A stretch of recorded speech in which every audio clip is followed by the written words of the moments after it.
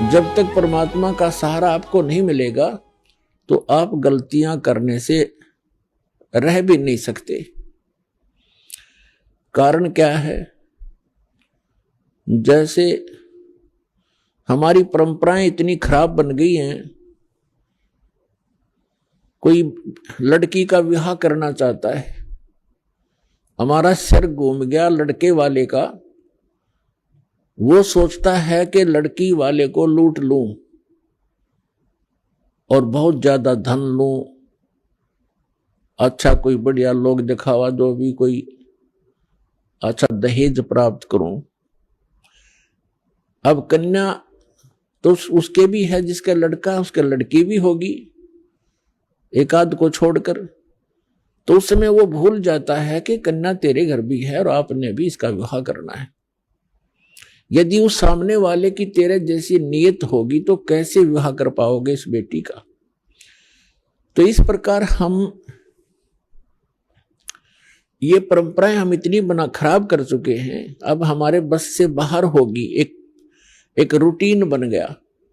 तो भगत ने सबसे पहले इन कुरीतियों से उल्टा हटना पड़ेगा, आपने बैक आना पड़ेगा। समाज को देखकर आप नहीं जी सकते और ना आप भक्ति कर सकते, और इस अनमोल कार्य से आप वंचित रह जाओगे। आप जी ने विवाह करना है, बिल्कुल सिंपल वेत है, साधारण एक उदाहरण बनाओ समाज के अंदर, संसार के अंदर। देखो ये परंपराएं हमने बनाई है और हम इसको फिर रिड्यूस करेंगे, कम करेंगे, सारा संसार सुखी होगा। अब यहां विवाह करते हैं, बहुत सी ऐसी घटनाएं घटती हैं। पहले दिन लड़के वाले खूब नाच रहे हैं, माच रहे हैं, डीजे बजा रहे हैं, धरती तोल रखी है। अगले दिन वो दूल्हा साथ में उसके 5-7 साथियों समेत दुर्घटना के अंदर मृत्यु को प्राप्त हो जाता है। बारात जा रही थी, अब पहले दिन तो डीजे बाज रहे हैं, सब नाच रहे हैं कंजरों की तरह, बहन भी, बेटियां भी, मां भी, बाप भी सरेआम। अगले दिन वो मृत्यु को प्राप्त हो जाता जिसके ऊपर वो नाच और माच रहे थे।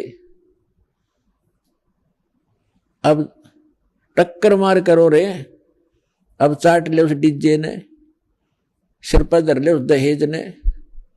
तो पुण्यात्माओं, ज्ञान बिना दुखी हो रहे हम, और ज्ञान परमात्मा बिना हमें कोई नहीं दे सकता, क्योंकि हम गलत लोक में रह रहे। ये लोक बहुत गंदा है, यहाँ कोई भी दूसरे को सुखी देखकर प्रसन्न नहीं, और ये काल की प्रेरणा से है। जब हम भगवान की शरण में आएंगे हमें सद्बुद्धि मिलेगी, और तब हम भगवान से डरेंगे।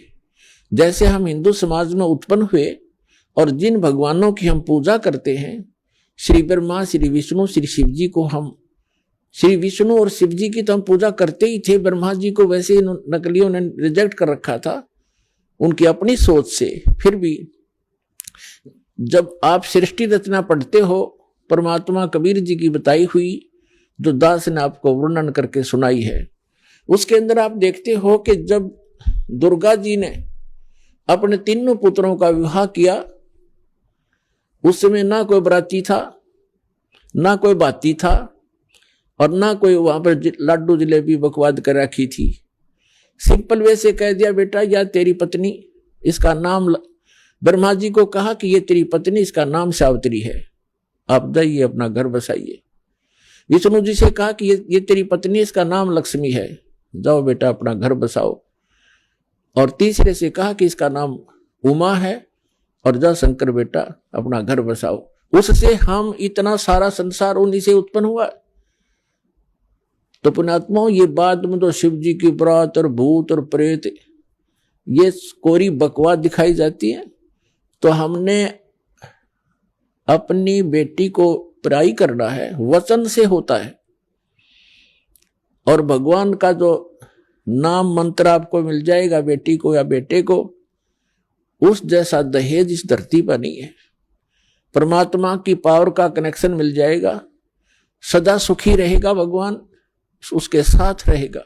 तो अपने इस बात का डर बना रहना चाहिए कि आज हम किसी से दहेज लेते हैं तो ये हमारे ऊपर कर्ज बन गया और इस कर्जे को हमने देना पड़ेगा। कभी भैंस बनोगे उसकी, लड़की वाले की अगले जन्म में कहीं ना कहीं, या गधा बनोगे या खच्चर बनोगे, उसका पूरा पाई पाई देना होगा। गरीबदास साहब जी कहते हैं तुमने उस दरगाह का मैल नहीं देखा और धर्मराज के तिल तिल का लेखा। एक एक पाई का एक एक नए पैसे का हिसाब आपको करना पड़ेगा। तो यहां पुण्यात्माओं भगवान से डर के आपने चलना पड़ेगा। समाज से बिल्कुल बाइकाट करना पड़ेगा। बाइकाट का मतलब ये है कि उनकी परंपराओं में सहयोग नहीं लेना ना देना और साधारण तरीके से रहना।